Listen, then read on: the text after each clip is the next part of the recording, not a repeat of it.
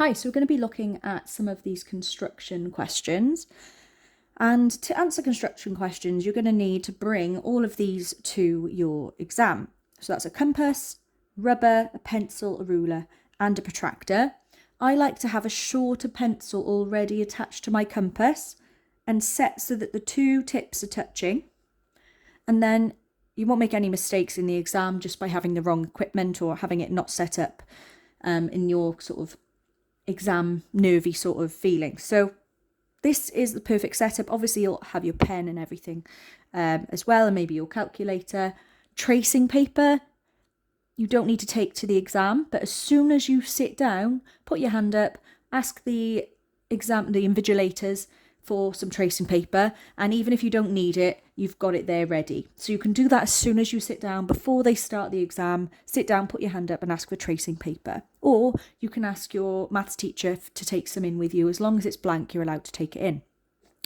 So for this question, we're going to read it very carefully, and it might tell us some tips as to what equipment to use. So this one says, use a ruler and a protractor to make an accurate drawing of this triangle. So it gives me two angles and a line. We're going to draw these angles in the line, and then basically, hopefully a triangle will just form. If not, we'll maybe add some extra lines to make sure that they meet. I'm going to start with the line here. So we've got somewhere to put our angles. And to give myself as much space as possible, I'm going to start pretty low down here. So I'm going to draw an 8.4 centimetre line starting at 0, and then using my ruler to count to 8.4. Join them up nice and clearly with my pencil, and I suggest you label everything that you draw. And that makes it really obvious then to the person marking your paper what you're doing. Okay, so I need a 67-degree angle here and a 52-degree angle here. Okay, and we need to be mindful that the angle is inside the triangle and not the other side. If you've got a regular 180-degree protractor, then you'll need to place the centre, we call this the crosshair, but the centre of the protractor on each side of the line. What you don't want to do is line it up with the numbers at the end like that. You want the centre of the protractor to be on your point. Okay, so I'm going to put it on and line up the line there. Okay, now I want a 67-degree angle, as I said, inside here. Okay, so there's no point using the angles over the other side. That's going to give us the angle that way. We want 67 degrees inside. So I'm going to have to use where the 0 is. Now the 0 is the inside numbers here, and I want 67. So there's 10, 20, 30, 40, 50, 60, 70, and I want 67. So I go up and I count 7 little degrees towards 70. So there's 60 here, 65, 66, 67. I do a little mark at 67, and I'm going to join that up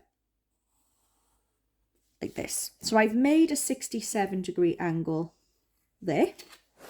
Okay, and I'm going to make a 52-degree angle on this side. Okay, so by doing something similar, I put the protractor on the end and line it up. Okay, and now looking for that 0, it has to be inside the shape, inside, and 0 is on the outside numbers now. So when we look for 52, because 0 is on the outside, we want to find 52 on the outside. So I've got 50, 51, 52 here, and I just mark that, and then I'm going to join the line to the dot, and I've got my 52-degree angle there. Now, as you can see, it doesn't quite make a triangle. So I'm just going to use my ruler or my protractor, and I'm going to extend these lines up. You can always rub them out if you go too far, so that they cross. Okay, so that is my triangle. It doesn't matter if the lines go further, they won't mark you down for that. They're looking for 3 marks. They want this, this, and this, and it has to be made into a triangle for the full marks. Okay, The next one here, it just says draw the angle 147 accurately. They've given you BC, so I'm going to put the protractor on. Remember, the center of the protractor has to go at the end here. And I want 147 on this side. So the tricky bit is deciding whether you use the inside or outside numbers. Okay, now because I want it to go this way, the angle, I'm going to have to use the inside numbers because 0 is inside the protractor. So I'm going to look for 147, so I go all the way around. 130, 140 is here, and 150 is here. So 147, I continue for 7 more degrees. I mark it like that. Okay, and then label my angle.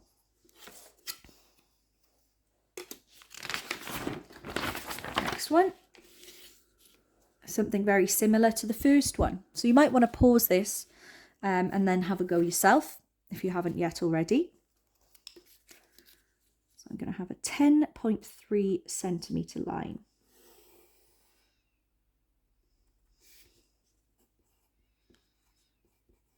Then I want 46 and 59.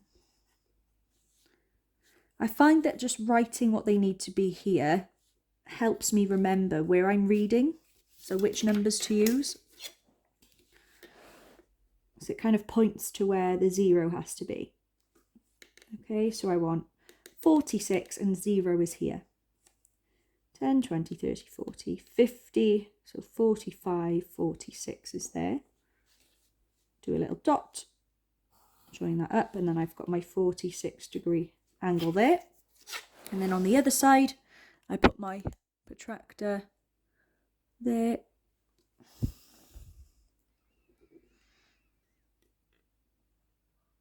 And I want 59, but now the 0's on the outside. So 59 is here. So that's my 59-degree angle. And just like earlier, I'm going to extend these lines, just following the same line, but further until they meet. And then that's my triangle. Okay. Same here again. Now 1 centimetre represents 3 meters. So because it's 18 meters on the bottom, 1 centimetre is 3 meters. Then if I want 18 meters, I've got to basically say 3 times what gives me 18 times 6. So it's going to be 6 centimeters on the bottom. So I'll start with my 6 centimeter line here.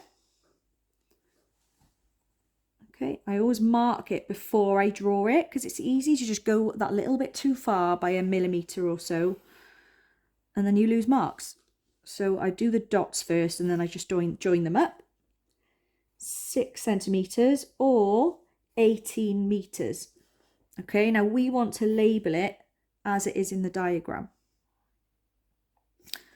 Okay, so next we want a 55-degree angle. And when we know the angle, then we're going to make it longer so that this line is worth 24 meters. Okay, now for 24 meters, you may need to do 3 times 8. So it's going to be 8 centimeters because it's how many 3's go into 24. So this line's going to be 8 centimeters. But first, we're going to put, labeling my triangle as I go, 55 degrees here. Okay, so as I said earlier, I put the number there, then I put my protractor on so I know which side I need to read from. So it's this side, 0's on the inside, so I need my inside numbers. So there's 50 and there's 55. Okay, so now I'm going to join up my line between the dots, but I need to make it so that it's an 8 centimeter. I'm not sure you can see that. There you go. So it's an 8 centimeter line. Okay, so you can either just join this up and then make it longer later. So you could do that. and then go, right, so I know that's the angle. I'm just going to turn my ruler out so I can measure 8 centimeters. I draw the dot, and now I know I won't go too far when I draw the line. Very easy to go too far when you're drawing lines with your ruler. And then I'm just going to join it up because it doesn't tell you any lengths here. But by drawing this angle accurately, you will have made the triangle accurately just by using that angle there. Okay, so now sketch the following triangle using only a ruler and a pair of compasses. So to do this, a pair of compasses is one compass. I don't know why they call it a pair. I guess it's got 2 legs, but this is a compass. So we start with this 8 centimeter line. Always start with a bottom line if you can and build up. So I'm going to mark 8 centimeters like this. Okay, and then I've got 10 centimeters on both sides. Okay, so what I do is I'm going to set my compass to 10 centimeters. Okay, so to do that, I need a 10 centimeter line. So do it out of the way. So I'm going to set that 10 and 10. Okay, now I know already this isn't really going to fit on my page. This would have been on a full page in the exam. So apologies in advance. I'm not sure how this is going to work now. We'll see. But that's a 10 centimeter compass. I think I made this a bit too wide. Right, there you go. 10 centimeter compass. And you're going to go from both sides because they're both 10. If they were different lengths, you'd change the compass to the different lengths before you did the curve. But because this is 10, I'm going from this point here. I'm doing a big 10 centimeter curve. It might work, we don't know. And because this side is 10 centimeters, I'm going to do the same on this side. There we go. And what you'll have is a point that crosses. So one point where they cross. Okay, and then you'll get your triangle. You can check that it's 10 centimeters and 10 centimeters there. And that's when I've made my triangle. A bit of a squeeze, but we just managed to fit it on there. Okay, and the last question is a parallelogram. A parallelogram, which is a shape with opposite sides are the same. And these two are the same. Okay, so we've got a side up here that'll be 9 centimeters and a 6 centimeter line. Using only a ruler and the compass, complete an accurate drawing.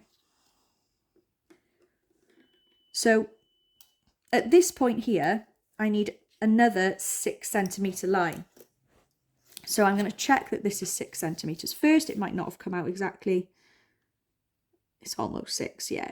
In the exam, it would be perfectly right, but because I've kind of copied and pasted into this PowerPoint, it's a little bit longer. Okay, so we're going to say that we're going to make it 6 centimeters, but I'm going to pretend that this is correct. I'll just set it like that. Okay, and I'm going to do this sort of 6 centimeter arc there. Okay. And I'm going to end up with a line that's kind of going through like that. Probably going to be around here. Okay. But to be sure, we're going to now set this to 9 centimeters. Okay. Again, in your exam, it'll be accurately a 9. And I want it to go from here. So I'm going to put the pointy bit at the end of that line. I'm going to do another arc like this. And the point where they cross is going to be exactly the point which makes this into our parallelogram. Just like that.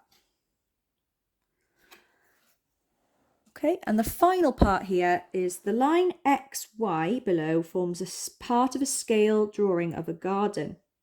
And it has a 1 to 200 scale. So that means that 1 centimeter in real life is worth 200 centimeters in the real garden. So if you had a 2 centimetre line, it would be worth 400 centimetres in the garden. What's the actual distance? So we're going to measure it in centimetres and we're going to just multiply it by the scale.